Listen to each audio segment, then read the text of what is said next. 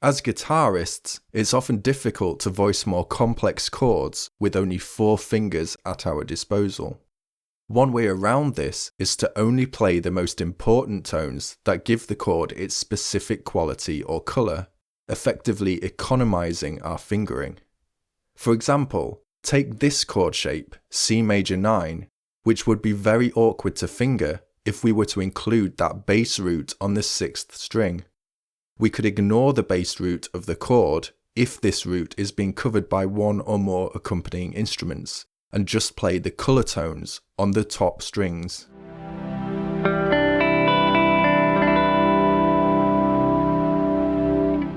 Or we could also omit neutral tones such as the 5th in the chord, like in this E flat 13 example.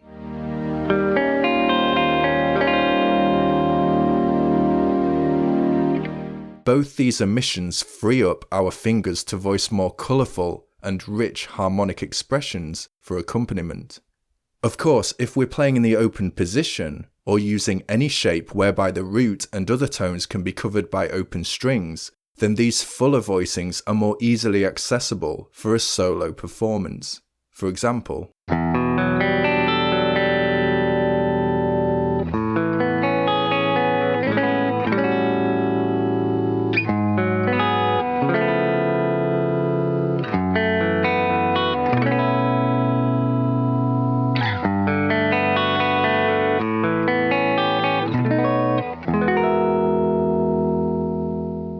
but when playing an accompanying part outside the open position, we can cut down shapes to the most important tones in order to express these richer voicings.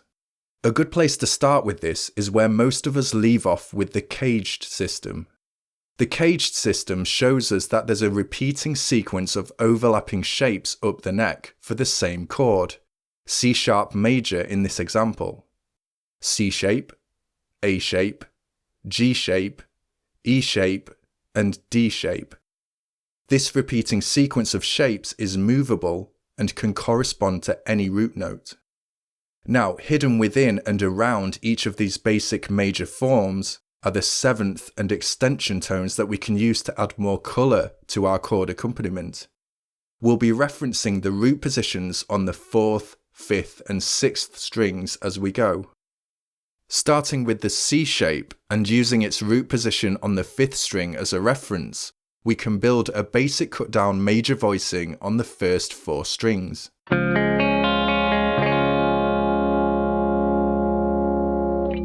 The top right diagram shows the intervals that make up the chord, along with the root position reference, with the suggested fingering in the lower diagram.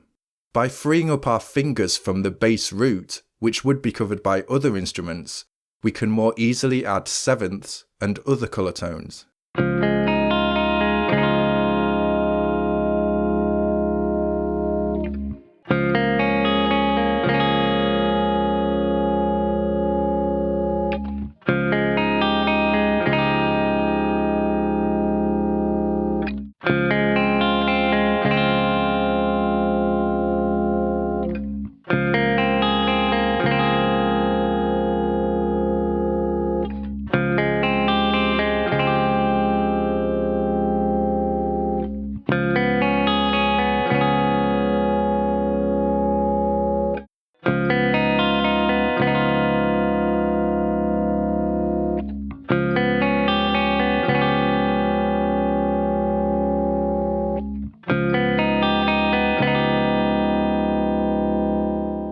You can find charts for all the voicings we'll cover on the lesson page. Of course, just like the full C shape, all these forms are movable and relative to the 5th string root position of the chord you're playing. For example, here I'm incorporating these colour shapes into a C sharp major key progression.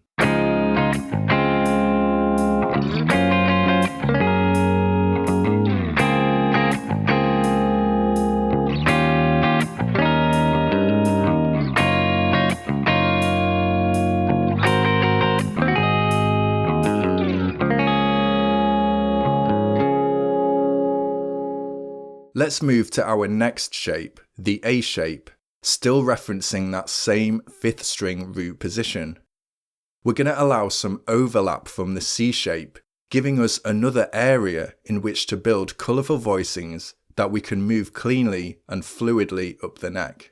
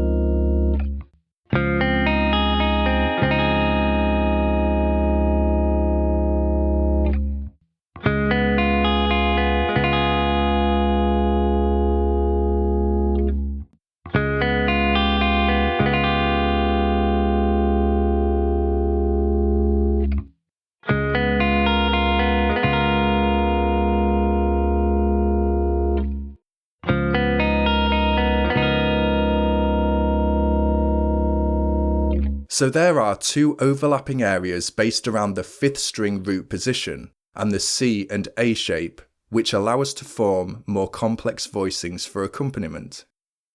Onto our next shape, often referred to as the G shape, with its bass root on the 6th string. Again, there's some overlap between this shape and the previous A shape. Let's explore some 7th and extended voicings within this area.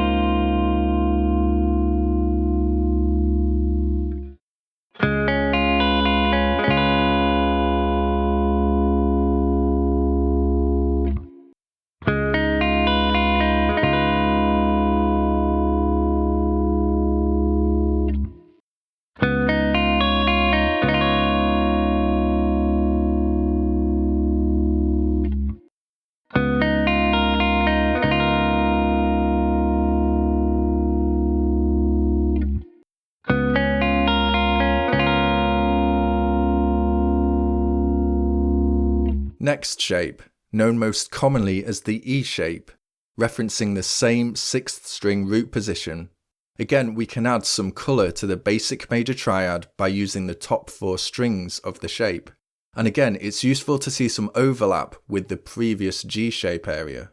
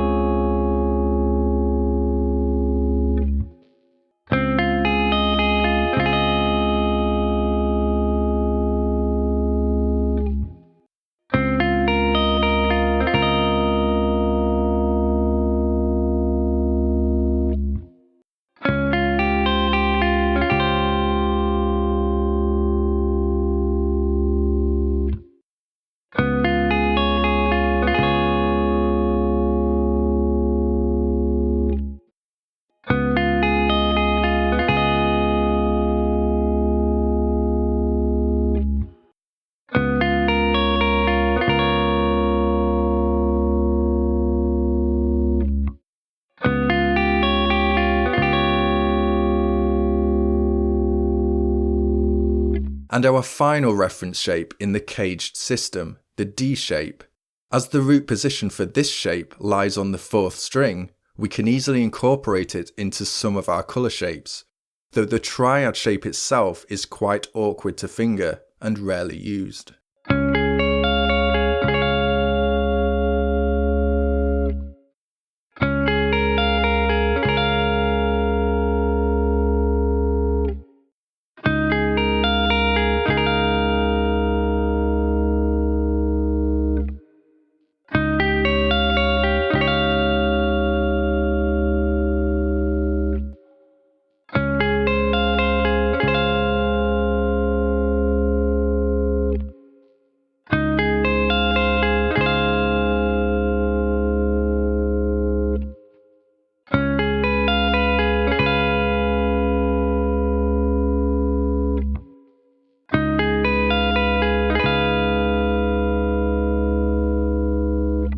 So the main takeaway from this is that we can voice certain chord colours around those familiar caged reference shapes and root positions.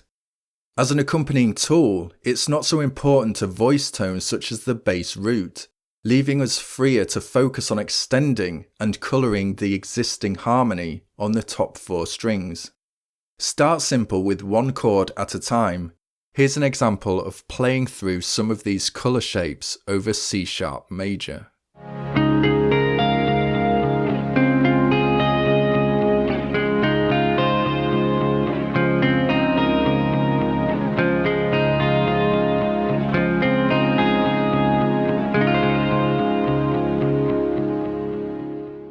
While this kind of chord extension playing will prove challenging when improvising in the moment, it can be useful when writing music over longer periods. Simply try replacing the standard major chords with the colour shapes we learned around the chord's root position. An example, using a 1-4 progression in the key of B major, first with guitar alone.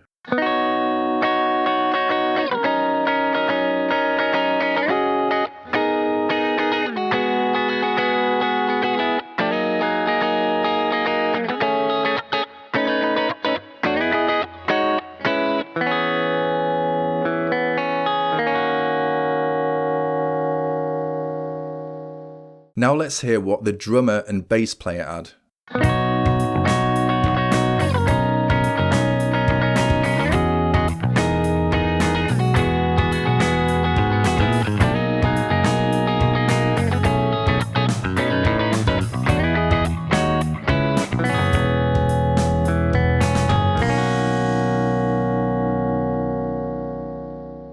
As you can see and hear from that example, these colour shapes allow us to create flowing movements of harmony over each chord, giving our chord playing more of a lead effect.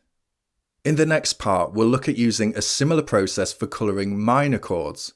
In the meantime, for the complete chord chart, visit the lesson page linked in the description. Please also don't forget to like and share this video if it's helped. Cheers.